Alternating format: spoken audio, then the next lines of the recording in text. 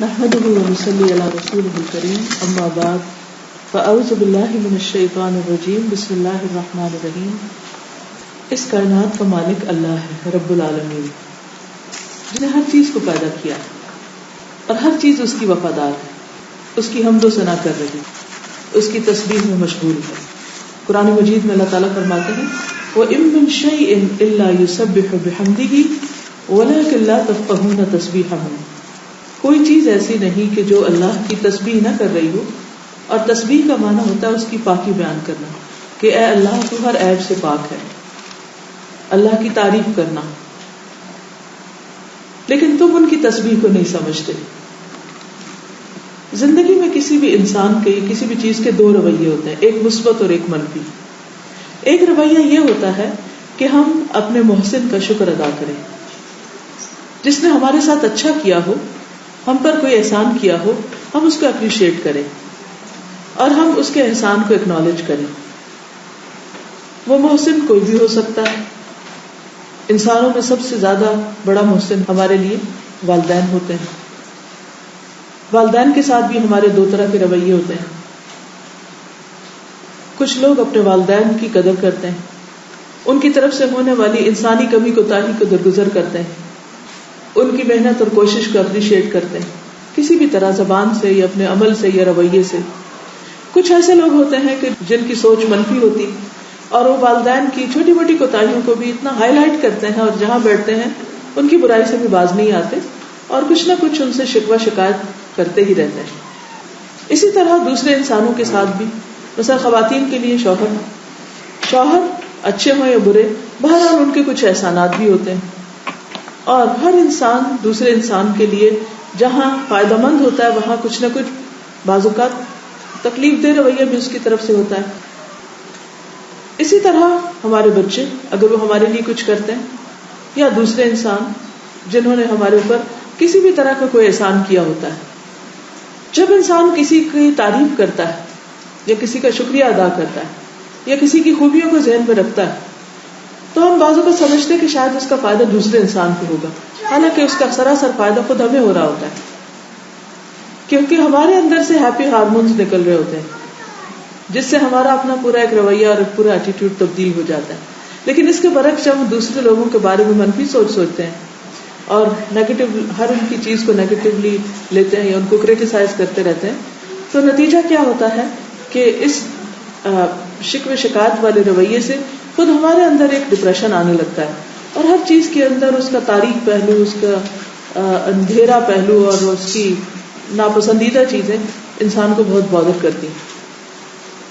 یہی طریقہ انسان کا اپنے رب کے ساتھ بھی ہے. بعض لوگ اپنے رب کی حمد و ثنا کرتے ہیں، تعریف کرتے ہیں، شکر ادا کرتے ہیں اور اس کی طرف سے جو نعمتیں ملی ہیں ان پر بہت ہی اس سے محبت کرتے ہیں، ایک ایک چیز کو اپریشیٹ کرتے ہیں جو بھی اس نے پیدا کیا.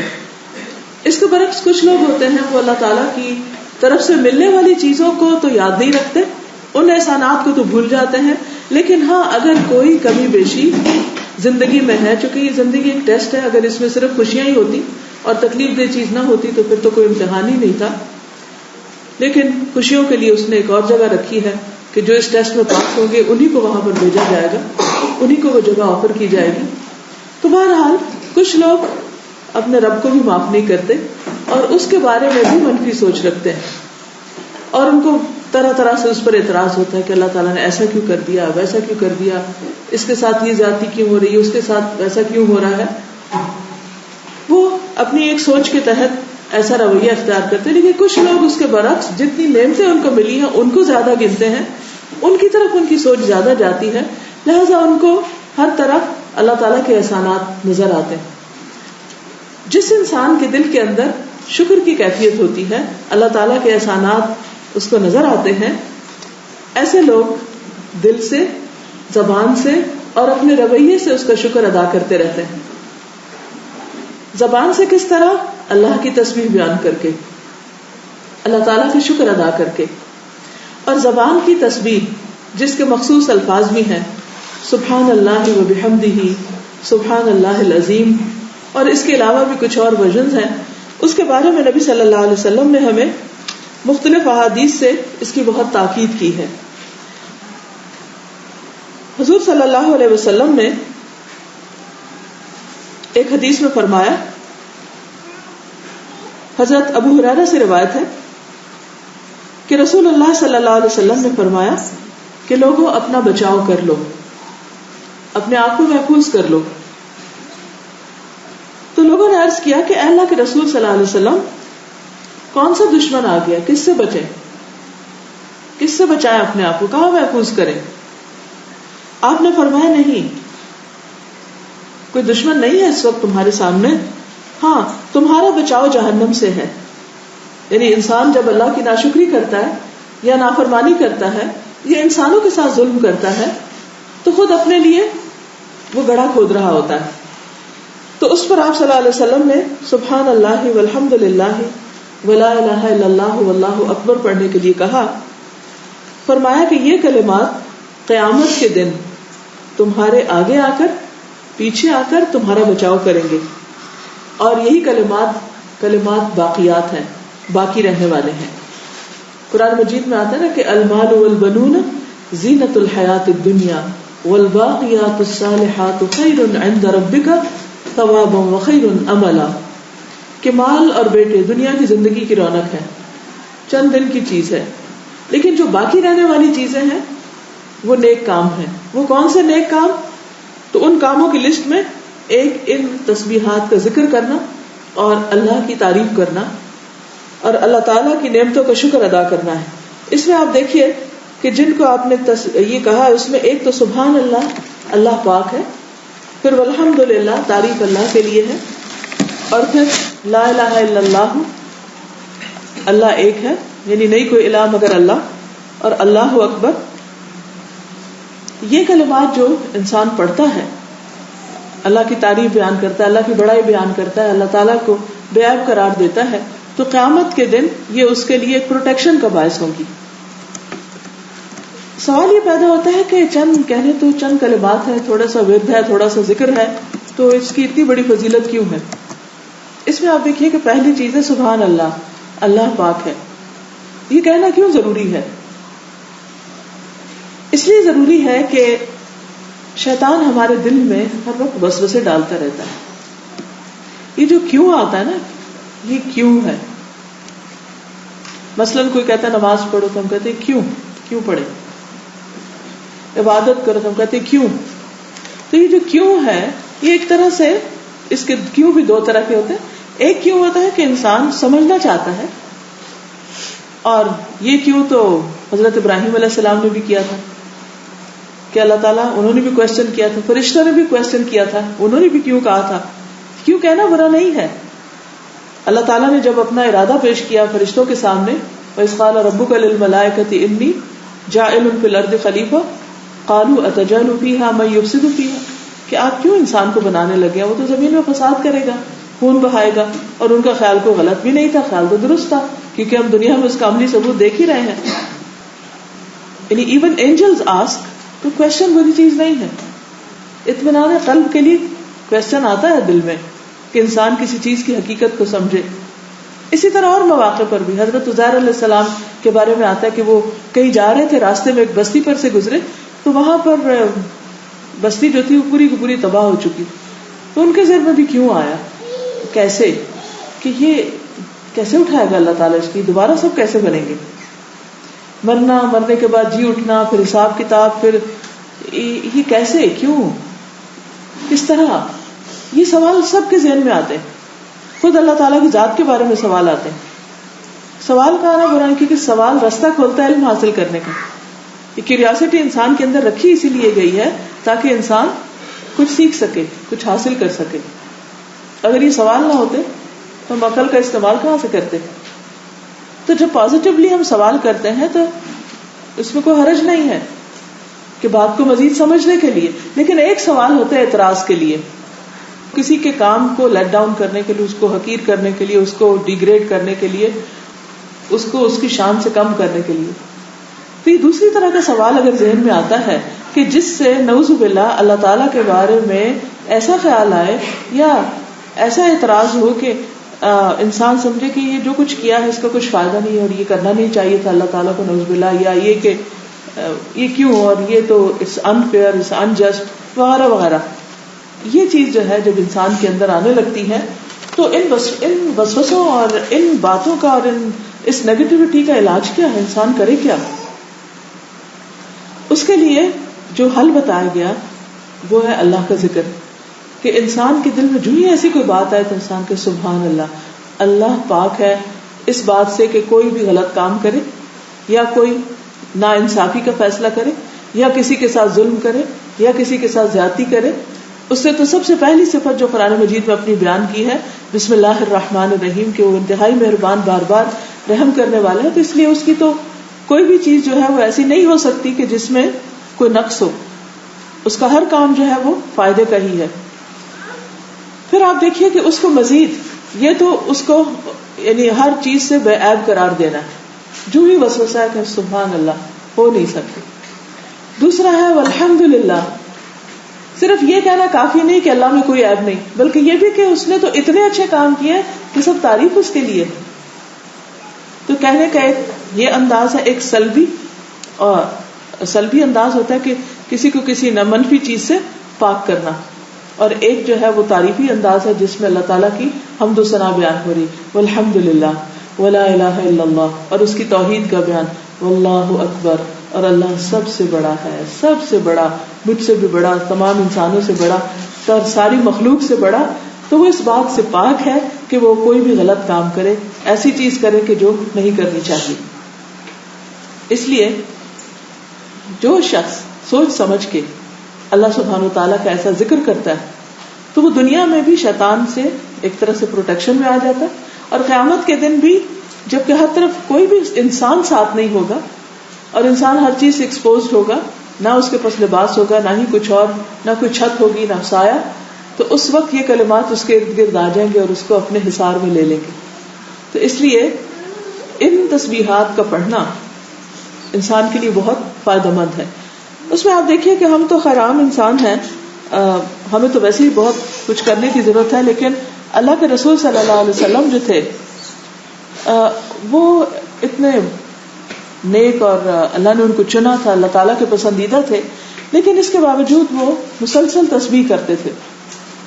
ان کے خادم تھے ربیعہ، وہ کہتے ہیں کہ میں دن بھر حضور صلی اللہ علیہ وسلم کی خدمت کرتا تھا، جب رات آتی تو آپ کے دروازے کے پاس ہوتا تھا. میں ہمیشہ سنتا کہ آپ یہ پڑھ رہے ہیں سبحان اللہ سبحان اللہ سبحان ربی، یہاں تک کہ میں تھک جاتا، مجھے نیند آتی لیکن آپ کی آواز آتی رہتی. یعنی سوتے وقت بھی آخری کلمات اللہ کی تعریف کی اور اللہ کی پاکی بیان کرنے کے ہوتے تھے. پھر اسی طرح ایک اور حدیث میں آتا ہے، ابو سلمہ سے روایت ہے جو حضور صلی اللہ علیہ وسلم کے غلام تھے، کہ رسول اللہ صلی اللہ علیہ وسلم نے فرمایا واہ، اور اپنے ہاتھ سے 5 کا اشارہ کیا. 5 چیزیں میزان میں بہت بھاری ہوں گی. کون سی؟ سبحان اللہ والحمد للہ ولا الہ الا اللہ واللہ اکبر، وہی 4 کلمات جو پہلے آپ سے ذکر کیا، اور آپ نے یہاں 5ویں چیز کا بھی ذکر کیا. وہ 5ویں چیز کیا ہے کہ کسی کا فوت ہونے والا نیک بچہ، کہ اس کا باپ اللہ تعالیٰ سے ثواب کی امید رکھ کے صبر کرے. یعنی اگر کسی سے کوئی چیز چھن جاتی ہے، اب اس میں بچے اور باپ کی بات ہوئی ہے، اس کا یہ مطلب نہیں کہ ماں کے لیے نہیں، ماں کے لیے تو اس سے بھی زیادہ اگر ہے، کیونکہ ماں کو جتنا بچے سے پیار ہوتا ہے نسبتاً وہ باپ سے کہیں زیادہ ہوتا ہے. مطلب کیا ہے کہ اگر کسی کی اولاد میں سے کوئی فوت ہو جائے اور وہ اس پر اجر کی نیت سے صبر کرے، اس لیے نہیں کہ لوگ کیا کہیں گے کہ اس کا دماغ چل گیا کہ ہر وقت یہ ایسی بات کرے، اجر کی نیت سے جب وہ صبر کرے تو اس وقت اللہ سبحانہ وتعالیٰ اس کو انتہائی پسند کرتے ہیں، اور یہ اس کے میزان میں بہت بھاری نیکی ہوگی. بعض اوقات ہم اچھے اچھے کام کرتے ہیں، نماز روزہ صدقہ خیرات، انسانوں کی خدمت، مریضوں کی عادت، غریبوں کی اور یتیموں کی حال پرسی وغیرہ، بہت اچھے جو بھی نیکی کے کام، جس کو بھی توفیق ہو. ہر انسان کے اندر اللہ نے نیکی کی محبت رکھی ہے، ہر شخص اپنے لیے کچھ نہ کچھ کرنا چاہتا ہے. تو انسان جب یہ ساری چیزیں کرتا ہے تو اس کے لیے تو صبر کر جاتا ہے. لیکن بعض اوقات انسان کو جب کوئی چوٹ لگتی ہے، جب کوئی تکلیف آتی ہے، جب کوئی چیز اس سے چھن جاتی ہے، اور جب اس کی کوئی محبوب ترین چیز اس سے چھن جاتی ہے، تو اس کی جدائی اسے برداشت نہیں ہوتی. یہ انسان کی بہت بڑی ویکنس ہے. بعض اوقات اپنی مرضی سے جو چاہے دے دے، لیکن اگر اس سے کچھ چھن جائے تو وہ اس کے لیے ناقابل برداشت ہو جاتا ہے. یہ سب انسان کے لیے ٹیسٹ ہوتے ہیں. تو ایسے موقع پر جب انسان سے اس کی کوئی پیاری چیز چھن جائے اور وہ صرف اس لیے صبر کرے کہ مجھے اس کا اجر اللہ سے لینا ہے، تو یہ چیز انسان کے میزان میں بہت بھاری ہوگی. پھر اسی طرح ایک اور حدیث ہے، عبداللہ بن عمر سے روایت ہے کہ ایک مرتبہ ہم لوگ نبی صلی اللہ علیہ وسلم کے پاس بیٹھے ہوئے تھے کہ ایک دیہاتی آدمی آیا، بدو آیا، جس نے بہت قیمتی جبہ پہن رکھا تھا، جس پر ریشم وغیرہ کے بٹن لگے ہوئے تھے، دیباج اور ریشم کے. آپ صلی اللہ علیہ وسلم نے فرمایا کہ اس نے تو مکمل طور پر فارس بن فارس، یعنی ایک فارسی انسان یا پرشین جیسے شخص کی وضع اختیار کر رکھی ہے، جب کو ہو عرب، یعنی ہو تم کچھ لیکن تم نے لباس کسی اور قوم کا پہن رکھا ہے، یعنی ایک طرح سے امیٹیشن کر رکھی ہے. ایسا لگتا ہے کہ اس کے یہاں فارسی نسلی کے بچے پیدا ہوئے، اس کی اولاد کی ساری وضع قطع چینج ہو جائے گی اور چرواہوں کی نسل ختم ہو جائے گی، کیونکہ وہ چرواہوں میں سے ہوگا. بہرحال یہ آپ صلی اللہ علیہ وسلم نے ایک صرف تجزیہ کر کے بتایا، کیونکہ ایک اور حدیث میں آتا ہے من تشبہ بقوم فہو منہم، جو کسی قوم کی مشابہت اختیار کر لیتا ہے وہ انہی میں سے ہو جاتا ہے. اور اسی لیے آپ نے دیکھا ہوگا کہ بعض لوگ ہوتے اصلاً عرب ہیں، لیکن اگر وہ ایران میں یا پاکستان یا انڈیا وغیرہ چلے گئے تو ان کی آئندہ نسلیں جو عرب نہیں لگتی، وہ بالکل انہی کی طرح ہو جاتے کیونکہ انہوں نے اسی کلچر کو اڈاپٹ کر لیا. بہرحال یہ چینجز بہت نیچرل ہیں.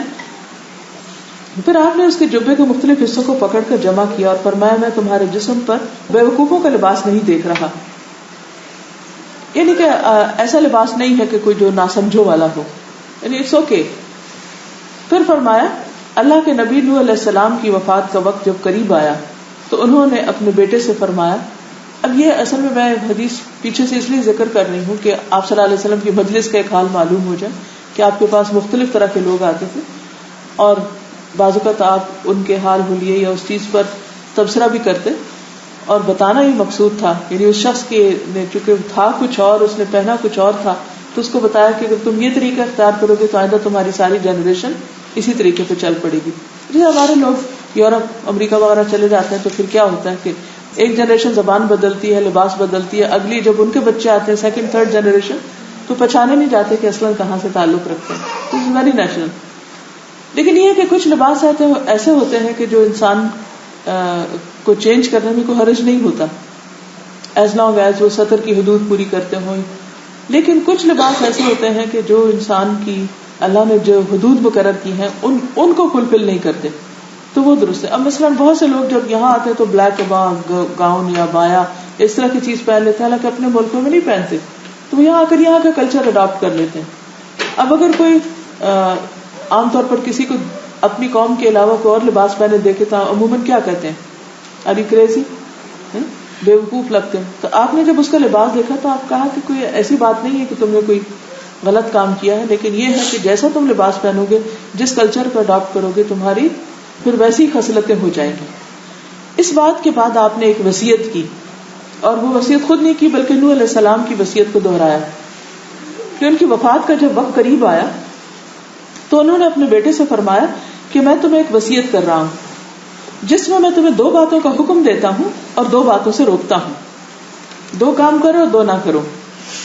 حکم اس بات کا دیتا ہوں کہ لا الہ الا اللہ کا اقرار کرتے رہنا، کیونکہ اگر 7 آسمان اور 7 زمینوں کو ترازو کے ایک پلڑے میں رکھا جائے اور لا الہ الا اللہ کو دوسرے پلڑے میں، تو لا الہ الا اللہ والا پلڑا جھک جائے گا. یعنی اس کائنات کی سب سے وزنی اور سب سے پرفیکٹ بات جو ہے وہ ایک اللہ کا اقرار کرنا ہے، شرک سے بچنا ہے. اور اگر 7 آسمان اور 7 زمینیں ایک بند کڑے کی شکل اختیار کر لیں، ایک رنگ بن جائے یا ایک سرکل کی شکل، تو لا الہ الا اللہ اس کو بھی توڑ دے گا. یعنی اتنی مضبوط چیز ہے، اتنی طاقت ہے اس میں. اسی لیے کہتے ہیں کہ جب دل گھبرا رہا، جب کوئی پریشانی ہو تو کثرت کے ساتھ لا الہ الا اللہ لا الہ الا اللہ لا الہ الا اللہ پڑھتے جاؤ، تو ایسا لگے گا کہ بند دل کھلنے لگ گیا، دل کی سختی دور ہونے لگی، پریشانی دور ہونے لگی، گھبراہٹ دور ہونے لگی. اگر کوئی بھی کبھی بھی کسی کو ڈپریشن میں دیکھیں، آپ دیکھیں خواتین کے اوپر ہارمونل چینجز کی وجہ سے بہت سی ایسی کیفیات آتی رہتی ہیں. بعض اوقات پریگنینسیز میں خواتین کے اوپر ڈپریشن آ جاتا ہے، بعض اوقات پوسٹ نیٹل ڈپریشن ہوتا ہے. تو ایسی کیفیات میں بھی جب اگر آپ کسی کو دیکھیں تو ضرور اسے ریکمینڈ کریں کہ لا الہ الا اللہ کثرت سے پڑھو، یعنی صرف اتنا ہی لا الہ الا اللہ لا الہ الا اللہ بیٹھ کے پڑھتے جاؤ. تو تھوڑی دیر کے بعد وہ کیفیت جو ہے وہ ختم ہونے لگتی، کیونکہ مختلف الفاظ جو ہیں وہ جب ہماری زبان سے نکلتے ہیں، ہمارے کان سنتے ہیں، ہمارے دل پہ ان کا اثر جاتا ہے، تو وہ پورے باڈی کے اندر کا جو اس کے اندر کیمیکل ریئیکشنز ہوتے ہیں اور انسان کی فیلنگز بدل جاتی. اسی لیے آپ نے دیکھا ہوگا کہ بعض اوقات کوئی نیوز آپ سنتے ہیں یا دیکھتے ہیں یا کوئی خاص قسم کی کوئی نشید وغیرہ سنتے ہیں تو آپ رونے لگتے ہیں بیٹھ کے، حالانکہ کوئی رونے کی وجہ نہیں ہوتی، تو آپ کے اپنے اندر ایک چینج آیا اس کچھ سن کے. تو سننے اور پڑھنے سے بھی انسان کے اندر تبدیلیاں آتی ہیں. دوسری بات کہی کہ دوسرا یہ کہ سبحان اللہ و بحمدہ کا ورد کرتے رہنا، کہ یہ ہر چیز کی نماز ہے. کائنات کی ہر چیز اپنی تسبیح کر رہی ہے، نماز پڑھ رہی ہے، اور ان کی نماز کیا ہے؟ سبحان اللہ و بحمدہ. اور اس کے ذریعے مخلوق کو رزق ملتا ہے اور شرک اور تکبر سے روکتا ہوں. میں نے یہ کسی اور نے پوچھا، یا رسول اللہ صلی اللہ علیہ وسلم، شرک تو ہم سمجھ گئے، تکبر سے کیا مراد ہے؟ کیا تکبر یہ ہے کہ کسی کے پاس 2 عمدہ تسموں والے 2 عمدہ جوتے ہوں، یعنی کہ کوئی ڈیزائنر شوز ہوں تو وہ شخص متکبر ہے؟ آپ نے فرمایا نہیں. پھر پوچھا کیا تکبر یہ ہے کہ کسی کے پاس لباس اچھا ہو؟ فرمایا نہیں. سائل نے پھر پوچھا کیا تکبر یہ ہے کہ کسی کے پاس سواری ہو جس پر وہ سوار ہو سکے، یعنی گاڑی ہے، اچھی گاڑی ہے اس کے پاس؟ فرمایا نہیں. سائل نے پوچھا کیا تکبر یہ ہے کہ کسی کے ساتھی ہو جن کے پاس جا کر وہ بیٹھا کرے، یعنی اس کے بہت ملنے جلنے والے لوگ ہیں، اس کا سوشل سرکل بہت وسیع ہے، تو کیا زیادہ لوگوں کے ساتھ جان پہچان یہ تکبر ہے؟ کیونکہ آپ پر اسٹیٹس کے سمبل یہی ہوتے ہیں نا، اچھا جوتا، اچھا لباس، اچھی سواری اور جان پہچان کا سرکل. تو آپ نے فرمایا نہیں، یہ تکبر نہیں. سائل نے پوچھا یا رسول اللہ صلی اللہ علیہ وسلم پھر تکبر کیا ہے؟ تکبر کیا ہے پھر؟ یعنی اگر اچھی چیزیں استعمال کرنا تکبر نہیں. فرمایا حق بات کو قبول نہ کرنا، یعنی جب کوئی صحیح بات سامنے آئے اور سمجھ بھی آئے اینڈ اٹ میک سینس تو اس کو ریجیکٹ کر دینا کہ no doesn't make sense to me. اپنی عقل کو اس سے اوپر لے جانا اور لوگوں کو حقیر سمجھنا. اب دیکھیے کہ بعض اوقات ہمارے اندر عاجزی ہوتی ہے الحمدللہ، اور ہم لوگوں کو امپورٹنس دے رہے ہوتے ہیں، لیکن کچھ نہ کچھ لوگ ہماری ویکنس بھی ہوتے ہیں. ہو سکتا ہے کہ وہ ہمارے سرونٹس ہوں یا وہ کوئی ریلیجس طبقہ ہو. بعض اوقات آپ نے دیکھا کہ بیٹھے بیٹھے مولوی وغیرہ کے اوپر باتیں شروع کر دیتے ہیں، یا کسی اور پولیٹیشنز پہ یا اس پہ یا اس پہ، اور یا کسی خاص نیشن پہ، قوم پہ، یہ تو گئے گزرے لوگ ہیں، فلاں ایسا ہے فلاں ایسا ہے. ہمیں نہیں زیب دیتے کہ ہم اس طرح کے ججمنٹل ہوں اور اس طرح کی باتیں کریں، اور ہمیں پتہ بھی نہ ہو کہ ہم منہ سے کیا نکال رہے ہیں کس کے خلاف. جو کوئی ہے وہ ہے، یا تو ہم اس کو سمجھائیں اور اس کا کچھ بھلا کریں، یا پھر ہم خاموش رہیں. ہمیں حق نہیں کہ ہم لوگوں کو حقیر سمجھیں. تو جو انسان اپنے آپ کو دوسروں سے بہتر سمجھ کے دوسرے انسانوں کو میں سے کم سمجھتا ہے وہ تکبر کا شکار ہے. اب آپ دیکھیے کہ آپ کے پاس لیٹسٹ گاڑی ہے، کوئی بات نہیں، اللہ نے آپ کو توفیق دی ہے لینے کی، بیٹھنے کی، انجوائے. لیکن اگر آپ اس میں بیٹھ کے جو پاس گاڑی کھڑی ہے اس پہ ہنس رہے ہیں کہ دیکھو کس پٹیچر گاڑی پہ فلاں بیٹھا ہوا ہے، دس از تکبر، کہ آپ اس کو لیٹ ڈاؤن کر رہے ہیں صرف اس لیے کہ آپ کے پاس، یا آپ قیمتی گاڑی اور آپ اندر بیٹھے ہیں تو آپ کے اندر ایک اکڑ سی آ جاتی میں سب سے اچھا ہوں. یہ کیفیت اللہ کو پسند ہے. اسی لیے اللہ تعالیٰ نے ہمیں سفر کے وقت، سواری کے وقت دعائیں سکھائی ہیں. اور سب سے پہلے کیا دعا؟ سبحان الذی سخر لنا ھذا. اللہ کی تعریف، اللہ ہی نے سب کچھ کیا کہ اس نے ہمیں یہ گاڑی دی، اسے ہمارے لیے مسخر کیا. وما كنا له مقرنين، ہماری تو استطاعت نہ تھی کہ ہم اپنے لیے لا سکتے. وَإِنَّا إِلَىٰ رَبِّنَا لَمُنقَلِبُونَ. اور اسی طرح کی اور دعائیں جس میں اللہ کی تعریف اور 3 بار اللہ اکبر اور اس طرح کی بہت ساری چیزیں. تو اس لیے جب انسان اللہ کی تعریف بیان کرتا ہے تو پھر دل کے اندر سے تکبر بھی نکلتا ہے. یعنی تکبر کا علاج بھی اللہ کی بڑائی اور اللہ کی پاکی اور اللہ کی تسبیح کرنا ہے. پھر اسی طرح ایک شخص آپ کے پاس آیا اور کہا کہ میں سفر پہ جانے لگا ہوں، تو آپ نے اور مجھے آپ کو نصیحت کیجیے، کوئی وصیت کیجیے. عام طور پہ ہم ایک دوسرے ملتے ہیں، کہتے ہیں ہم جا رہے ہیں، کوئی اچھی بات کہی ہے ہم کو. تو اس پہ آپ نے فرمایا میں تمہیں اللہ کا تقوی اختیار کرنے کے لیے کہتا ہوں اور ہر بلند جگہ پر اللہ اکبر کہنے کی وصیت کرتا ہوں. جیسے جہاز ٹیک آف کرے اوپر جا رہا ہو تو کثرت سے پڑھے اللہ اکبر کبیرہ، کیونکہ جب سواری اوپر جاری ہوتی ہے، جہاز جا رہا ہوتا ہے، تو انسان کے اندر پھر وہ بڑائی کا احساس آنے کا ڈر ہوتا ہے کہ ہم سب سے اوپر چلے گئے، سب چھوٹے چھوٹے نظر آ رہے ہیں، تو اس وقت بھی انسان کیا کہے؟ اللہ سب سے بڑا ہے، اللہ اکبر. پھر اسی طرح حضرت نعمان سے روایت ہے کہ رسول اللہ صلی اللہ علیہ وسلم نے فرمایا تم لوگ اللہ کی عظمت کا جو ذکر کرتے ہو، یعنی تسبیح، تحلیل، تحمید کے الفاظ، وہ عرش کے ارد گرد چکر لگاتے رہتے ہیں. یعنی جو تسبیح ہم پڑھتے ہیں یہ عرش کے گرد چکر لگاتے ہیں.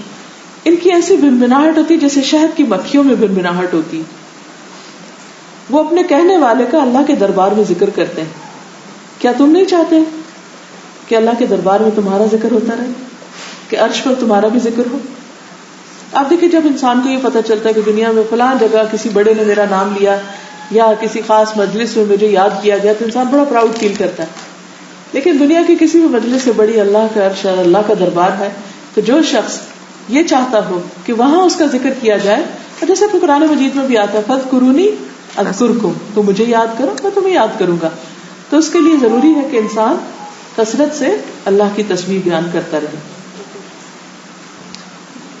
حضرت عبداللہ بن مسعود سے روایت ہے کہ رسول اللہ صلی اللہ علیہ وسلم نے فرمایا جیسے اللہ نے تمہارے درمیان رزق تقسیم کیا ہے ویسے ہی تمہارے درمیان اخلاق تقسیم کیا ہے. بے شک اللہ تعالیٰ مال اس کو بھی دیتا ہے جس سے وہ محبت کرتا ہے، اس کو بھی دیتا ہے جس سے وہ محبت نہیں کرتا. قارون کے پاس بھی مال تھا، مگر ایمان صرف اس کو دیتا ہے جس سے محبت کرتا ہے. تو جو بچائے اپنے مال کو خرچ کرنے سے اور ڈرے دشمن سے مقابلہ کرنے سے اور خوف کھائے رات سے کہ وہ پریشان کرے گی، تو اس کو اس قول کی کثرت کر دینی چاہیے، لا الہ الا اللہ، سبحان اللہ والحمد للہ واللہ اکبر. یعنی جس کو مال جانے کا، دشمن کا، رات کا ڈر ہو تو وہ یہ تسبیحات پڑھے، یعنی خوف سے بھی نجات دیتی. ایک اور حدیث میں آتا ہے کہ جب بھی سورج نکلتا ہے اللہ کی ہر مخلوق اس کی تسبیح بیان کرتی، لیکن شیطان اور اولاد آدم میں آتی قسم کے لوگ نہیں کرتے. میں نے سوال کیا کہ یہ کون ہوتے ہیں؟ فرمایا بدترین انسان. اللہ کی مخلوق میں سے بدترین کو آتی کہتے ہیں، کہ جو لوگ سرکش ہیں وہ اللہ کا ذکر نہیں کرتے. آپ نے فرمایا اللہ کے نزدیک اس مومن سے زیادہ کوئی افضل نہیں جس نے اسلام میں اپنی تسبیح، تکبیر اور تحلیل کی وجہ سے لمبی عمر پائی. یعنی یہ تسبیحات نہ صرف یہ کہ خوف سے نجات دیتی ہیں بلکہ انسان کی زندگی میں بھی برکت کا باعث بنتی. پھر اسی طرح ام ہانی کہتی ہے کہ میں نے حضور صلی اللہ علیہ وسلم کی خدمت میں حاضر ہو کے عرض کیا کہ مجھے کوئی عمل بتائیے، کیونکہ میں اب عمر رسیدہ، ناتواں اور بھاری بدن والی ہو گئی، یعنی بہت بھاگ دوڑ نہیں کر سکتی. ہم سب کو پتا ہے جب جو ہی عمر زیادہ ہوتی جاتی ہے سلو ہوتے جاتے ہیں. جتنے چھوٹے بچے ہوتے ہیں اتنے زیادہ ایکٹیو ہوتے ہیں، یعنی مشقت والی عبادت نہیں اب میں زیادہ کر سکتی. آپ نے فرمایا 100 بار اللہ اکبر کہا کرو، 100 بار الحمدللہ کہا کرو، 100 بار سبحان اللہ کہا کرو. یہ تمہارے لیے اللہ کی راہ میں 100 گھوڑے زین اور لگام کے ساتھ دینے سے بہتر ہے، اور 100 اونٹوں سے بہتر ہے، 100 غلام آزاد کرنے سے بہتر ہے. یعنی اگر تم ان تسبیحات کا ورد کرتی رہو گی تو اتنا صدقہ خیرات اور اتنی بڑی بڑی نیکیاں کرنے کے برابر ثواب پالو.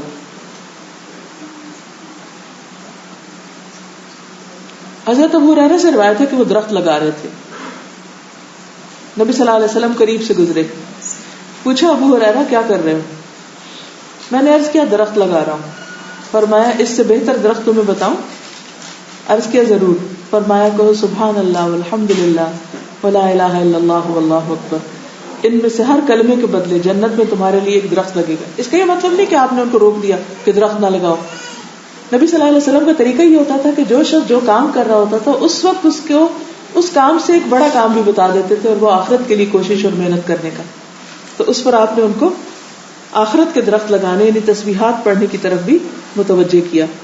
اسی طرح آپ نے فرمایا کہ شب معراج میں میری ابراہیم علیہ السلام سے ملاقات ہوئی تو انہوں نے کہا اپنی امت کو میرا سلام پہنچائیے اور ان سے کہہ دیجئے کہ جنت کی مٹی بہت اچھی ہے، اس کا پانی میٹھا ہے، میدان ہموار ہے اور اس کے درخت سبحان اللہ والحمد للہ ولا الہ الا اللہ واللہ اکبر ہے. یعنی خوب پلانٹیشن کر کے آؤ.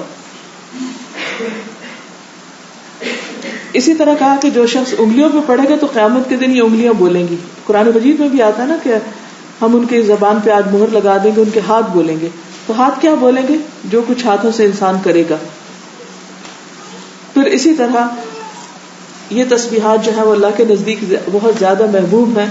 جو بھی انسان دن بھر میں کام کرتا ہے, فرمایا ان احب الکلام الی اللہ سبحان اللہ و بحمدہ. اور وہ حدیث تو بخاری کی سب سے آخری حدیث آپ سب نے پڑھ رکھی ہوگی کہ کلمتان خفیفتان علی اللسان حبیبتان الی الرحمن ثقیلتان فی المیزان سبحان اللہ و بحمدہ سبحان اللہ العظیم. تو خلاصہ یہی ہے کہ انسان کثرت کے ساتھ تسبیح کرتا رہے, اور خصوصاً جو یونس علیہ السلام کی تسبیح تھی جس پر وعدہ کیا گیا قرآن مجید میں کہ کذالک ننجی المؤمنین, ہم مومنوں کو ایسے ہی غم سے نجات دیں گے, کیونکہ اللہ تعالیٰ نے اس کلمے کی بدولت یونس علیہ السلام کو مچھلی کے پیٹ سے نکالا اور ان کو تکلیف سے نجات دی. اور ساتھ ہی وعدہ کیا کہ باقی مومنوں کے لیے بھی یہی بشارت ہے, یعنی صرف ان کے لیے خاص نہیں تھی بلکہ اوروں کو بھی پڑھنی چاہیے. ایک اور جگہ پر آتا ہے کہ اگر وہ یہ کلمہ نہ پڑھتے تو قیامت کے دن تک مچھلی کے پیٹ میں رہتے. تو مشکلات سے بند راستوں کے کھولنے کے لیے بھی یہ تسبیحات بہت فائدہ مند ہے. انگلش میں نماز جی عام نماز مطلب ہر نماز کی بات ہوتی ہے کہ عام طور سے جو ہم نماز پڑھتے ہیں ان کی بات. ہاں ذرا سا کوشچن کلیئر کر دیں اگر مجھے سمجھ میں نہیں آیا. اچھا وہ عام طور سے یہ بات ہو رہی ہے کہ نماز جو ہے وہ شلوار میں نہیں ہوتی. اچھا شلوار میں شلوار لفظ نہیں پڑھ پائی, سوری. کیوں شلوار میں کیوں نہیں ہوتی؟ یہ بس ابھی ایک نئی بات سنی ہے پچھلے دنوں.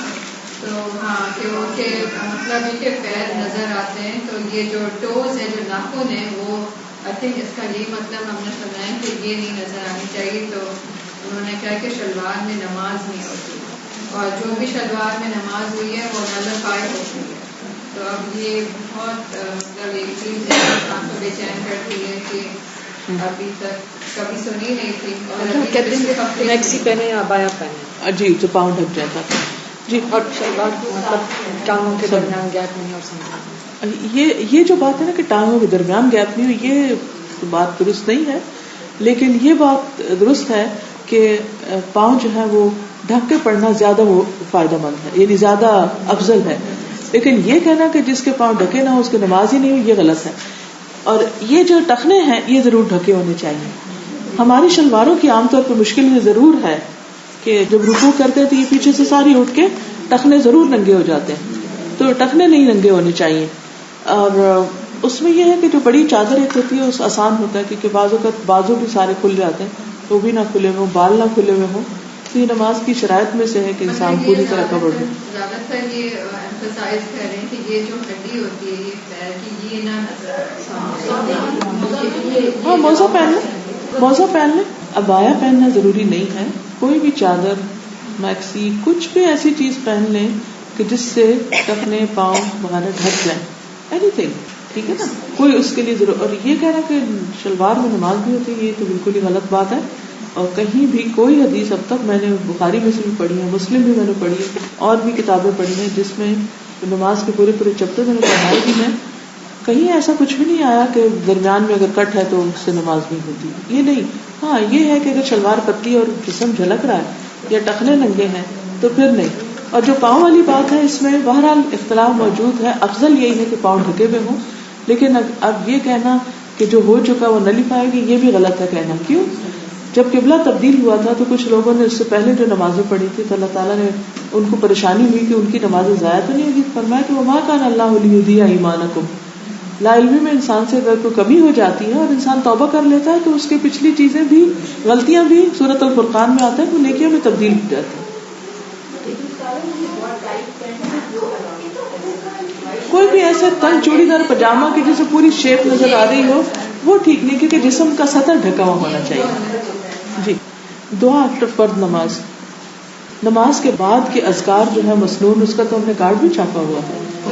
یہ کہ آپ بالکل بھی ہاتھ نہ اٹھائیں نماز فرض کے بعد, مطلب اگر آپ کو یاد آئے تو فوراً سے نیچے کر لیں, بیکاز یہ غلط ہے کہ آپ رسول اللہ صلی اللہ علیہ وسلم نے ہر وقت ہاتھ نہیں اٹھائے فرض نماز کے بعد. تو آپ جو ہے جتنی دعائیں پڑھنی ہیں یا آپ سجود میں پڑھیں یا آپ تشہد کے بعد پڑھیں, بس آپ نماز ختم کر کے ہاتھ نہ اٹھائے کریں.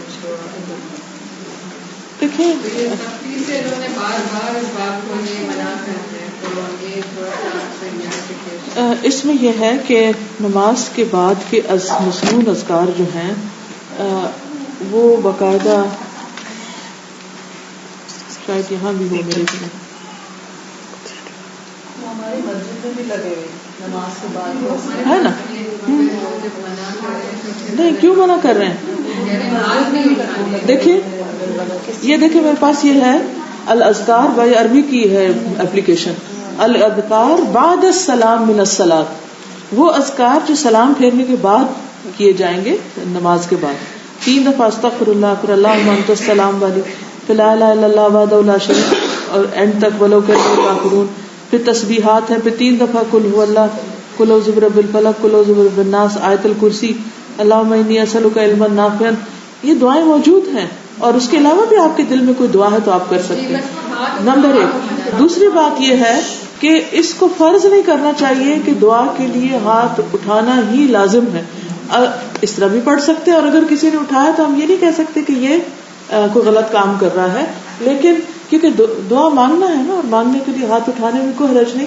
لیکن یہ سمجھنا کہ اگر کسی نے ہاتھ نہیں اٹھائے اس کی دعا نہیں ہوئی, یہ درست نہیں. دونوں طرح اٹھائیں نہ اٹھائیں, یہ ایسی چیزیں نہیں کہ جس کے اوپر اتنی شدت اختیار کی گئی ہو کہ اگر کوئی اٹھا رہا ہے تو اس کو ہم بالکل ہی ڈسکارڈ کر دیں, اور اگر کسی نے نہیں اٹھایا تو ہم کہیں اس نے دعا ہی نہیں مانگی.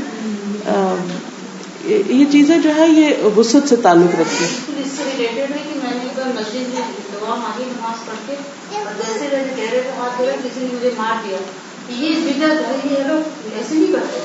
تو میں نے کہا میں تو دعا کے سارے جو آداب میں نے پڑھا ہوا ہے آداب میں ہے, تو یہ ایسا بالکل ایسا ہوتا ہے, تو یہ بالکل بچیوں کو منع کیا جواب جاتا ہے. ملا نہیں اس کتاب میں, کتاب دعا میں دعا کے آداب اس میں بھی ہاتھ تیرے ہاتھ کرنا تو ہم چلی جا سکے.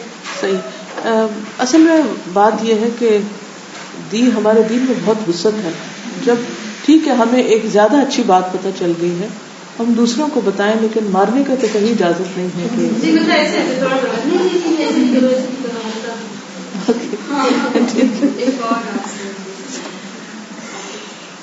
ایک اور جی پوچھیے. ایک اور یہ ہے کہ انہوں نے یہ بتایا کہ جیسے اگر نماز کا وقت ہو جائے تو نماز کھڑے ہو کے پڑھنا چاہیے, اور اگر کھڑے ہونے کی جگہ یا ٹریفک میں یا کچھ ہے تو آپ ایسے کریں کہ آپ کہیں بیٹھ کے نہ پڑھیں, تو آپ چاہے وقت گزر بھی رہا ہو بٹ آپ گھر جا کے کھڑے ہو کے پڑھیں. مطلب آپ کی نماز تو قضا ہو جائے گی مگر آپ کھڑے ہو کے پڑھیں, تو آپ اس کے لیے آپ چاہے جتنی دیر میں گھر پہنچے مگر گھر پہنچ کے ہی نماز پڑھیں.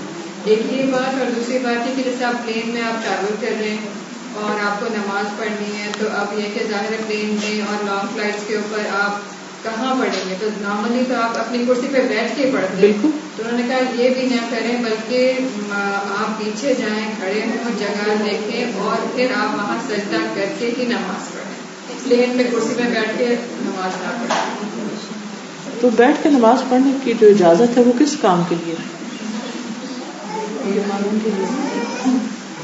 300 لوگوں کا جہاز جا رہا ہو اور سب اگر یہی شرط اس کے اوپر چل پڑے کہ سب سجدہ کریں گے, وہ کدھر کریں گے؟ کس قدر مشکل میں ڈالنے والی بات ہے نا. تو اس میں یہ ہے کہ ٹھیک ہے کچھ فلائٹس میں جگہ بنی ہوتی ہے. سعودی ایئر لائن پہ مجھے معلوم ہے کہ انہوں نے ایک چھوٹی سی جگہ چھوڑی ہوئی ہوتی ہے اور وہاں پر لوگ کھڑے ہو کے نماز پڑھ رہے ہوتے ہیں. آپ فرسٹ کلاس پیسنجر ہیں تو ہو سکتا ہے آپ کو کہیں آگے کوئی جگہ خالی مل جائے, لیکن آپ کو پتا ہے کہ دوسری عام اکانومی میں کتنی تنگ سیٹیں ہوتی ہیں اور رستہ بھی بمشکل سے گزرنے کا ہے, اور پیچھے بھی جہاں وہ کیبن کرو وغیرہ کام کر رہا ہوتا ہے وہاں کھڑے ہونے کی تو جگہ نہیں ہوتی کوئی, اور ٹوائلٹ کے آگے ہوتی ہے تھوڑی سی, وہاں تو کھڑے ہو کے نہیں نماز پڑھی جا سکتی. میں تو کافی فریکوینٹلی ٹریول کرتی ہوں اور ہمیشہ یہ مشکل ہوتی ہے. اور پھر لانگ فلائٹ جیسے 14 گھنٹے کی بازو کا جو کینیڈا وغیرہ کی ہوتی تو بیٹھ کے ہی پڑھنی پڑتی ہے. اور اگر آپ نہیں پڑھیں گے, مثلاً وہاں سے عام طور پر فلائٹ چلتی ہے دوپہر کے وقت, اور جب ہم چڑھتے ہیں تو فوراً ہی عصر کے وقت بیٹھتے ہیں, فوراً ہی مغرب اور عشاء آ جاتی, اور پھر تھوڑی دیر کے بعد 1-2 کے بعد فجر کا ٹائم بھی ہو جاتا ہے کیونکہ ہم اس طرف کو ٹریول کر رہے ہیں. پھر اس کے بعد ظہر کا ٹائم بھی آ جاتا ہے, تو عصر یا مغرب کے وقت اگلے دن یہاں پہنچا جاتا ہے. اب جہاز میں ایسی جگہ مجھے تو نظر نہیں آتی کہ جہاں میں یہ ساری نمازیں 5 نمازیں تو آتی ہی آتی ہیں کہ وہ کھڑے ہو کر کہیں پڑھی جا سکے. اگر پڑھ سکتے ہیں تو بہت اچھا ہے، اور اگر نہیں تو لازم نہیں کر سکتے آپ. اور جہاں تک گاڑی وغیرہ کے تعلق ہے، اب دبئی میں تو آپ دیکھیے کتنی آسانی ہے، ہر موڑ پہ مسجد ہے، اور اس میں عورتوں کا بھی انتظام ہے. کہیں بھی آپ جائیں، مالز میں مسجدیں یہاں تو کوئی مشکل نہیں کہ گھر جا کر انسان پڑھے. جہاں بھی جگہ آ گئی تو وہاں تھوڑا سا دیکھ لیں، مال میں چلا جائے، اندر تھوڑا مسجد کی طرف گیا کسی مسجد میں، تو آرام سے آپ نماز پڑھ سکتے ہیں، کوئی مشکل نہیں. ہاں ٹریفک میں اسٹک ہے جی. اب مثلا عصر کی نماز اگر مغرب ہونے لگی ہے تو قضا ہوگی، لیکن اگر آپ کو پتا ہے کہ میں مغرب سے 10 منٹ پہلے پہنچ جاؤں گا تو آپ گھر جا کے بھی پڑھ سکتے ہیں اس طرح. لیکن اگر آپ جا رہی ہے، وہ بھی اتنا بھی جا رہا ہے، تو قضا نہیں کرنی چاہیے، پھر گاڑی کے اندر ہی پڑھ لیں. ایک اور کوشچن پوچھ رہے ہیں. ہاں جی. فقہ جو ہے نا، اس میں جیسے یہ 4 اسکول ہیں، اس میں کئی لوگ کہتے ہیں صرف ایک کو کریں، ڈفرینٹ نہ کریں. لیکن اگر کوئی ایک چیز ایک میں سے لے، دوسری میں سے لے، وہ سبھی عالم ہیں، سب نہیں کس تو ایسا کر سکتے ہیں. اس میں کرنے کا چیز یہ ہے، مجھے جب بھی کوئی پوچھتا آپ کس کو فالو کرتے تو میں کہتی ہوں سب اماموں کے امام کو کرتی ہوں. یہ بھی سن لیں سارے، جو ابھی پہلے بات ہو رہی تھی استاذہ بتا. کون سی بات؟ یہی استاذہ آپ کی بات. انہوں نے لکھا ہے کہ لوگ کہتے ہیں کہ میرے بارے میں کہ عالمہ نہیں ہے، ٹیچر جو تھے. یہ معلوم نہیں ان کو کہاں سے پتا چلا. میرے علم میں تو ایسا کچھ نہیں ہے، لیکن لوگوں کو کہیں سے معلوم ہو گیا. چاروں فقہ اسکول کو غلط کہتی ہوں میں، کبھی کسی فقہ اسکول کو غلط نہیں کہتی. میں صرف یہ کہتی ہوں کہ اسلام میں وسعت ہے، کسی بھی فقہ اسکول کو آپ فالو کرتے ہو، لیکن اگر آپ کو پتہ چل جائے کہ اس امام کے اوپینین سے اوپر ایک صحیح حدیث موجود ہے تو امام کے اوپینین چھوڑ کر صحیح حدیث لے لیجئے. بس میرا یہ ویو ہے، کیونکہ میں سب اماموں کے امام کو سب سے ٹاپ پہ رکھتی ہوں، لیکن چھوٹے اماموں کو غلط نہیں کہتی. انہوں نے اپنے اپنے طور پر اجتہاد کیا ہے، اپنی دین کو پڑھا ہے، سمجھا ہے، لیکن سمجھنے میں فرق آیا ہے. تبھی تو فرق ہے 4 فقہ میں. اگر وہ سارے عقل کل ہوتے جس کو آپ 100% صحیح کر کے ایک ہی کو فالو کرنا چاہتے ہیں تو پھر تو سب کو ایک ہی جگہ پر پہنچنا چاہیے تھا. تو انہوں نے اپنے طور پہ کوشش کی، لیکن کیا کوئی یہ کہہ سکتا ہے کہ ان کا علم کامل تھا؟ کوئی کہہ سکتا ہے؟ کسی بھی انسان کا، خواہ کوئی کتنا بڑا مجدد، مجتہد، اسکالر کچھ بھی ہو، لیکن اس کا علم کامل نہیں ہے. اس سے بھول ہو سکتی ہے، اس سے کچھ چیزیں اس نے پڑھی نہیں ہو سکتی. قرآن مجید میں آتا فوق کل ذی علم علیم، ہر علم والے کے اوپر ایک اور علم والا ہے. تو میرے ایمان میں نبی صلی اللہ علیہ وسلم سارے اماموں سے ٹاپ پر ہیں، لہٰذا میں کسی بھی اسکول کو فالو کرتی ہوں جب مجھے پتا چلے گا کہ اس بارے میں نبی صلی اللہ علیہ وسلم نے یہ بات فرمائی ہے تو میں سب کو چھوڑ کے ان کو لے لوں گی. تو اس میں کیا غلطی؟ اگر کسی کے دل کو یہ بات نہیں لگتی تو میں نے کبھی اس کو پابند نہیں کیا، لیکن پرسنلی میں یہی کرتی.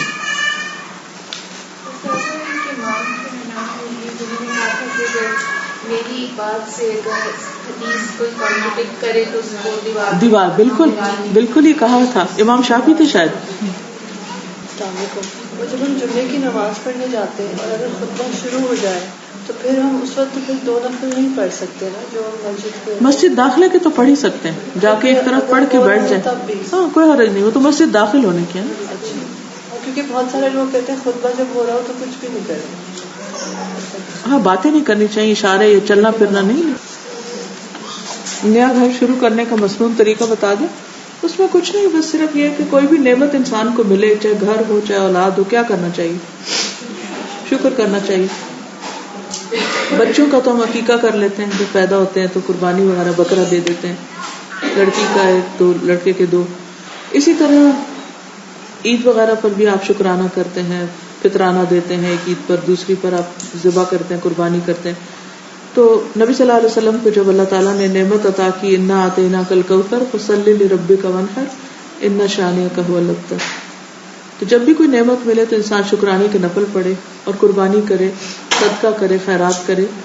لیکن جب کسی کوئی نئی جگہ شفٹ ہوئے ہیں تو عام طور پر ایسا ہوتا ہے کہ خالی گھروں میں جنات وغیرہ بعض اوقات بسیرا کر لیتے ہیں، تو اس میں جا کر پہلے اللہ کا ذکر کرے. سورۃ البقرہ جس گھر میں پڑھی جاتی، حدیث میں آتا ہے اس گھر سے شیطان بھاگ جاتا ہے. تو بیٹھ کے لاؤڈلی وہ پڑھ لیا جائے یا کیسٹ پر پلے کر لیں, جا کے نفل شکرانے کے پڑھیں, خیر و برکت کی دعائیں مانگیں, کوئی قربانی کر لیں, تو اللہ تعالیٰ ہمیں عمل کی توفیق عطا فرمائے. وآخر دعوانا الحمدللہ.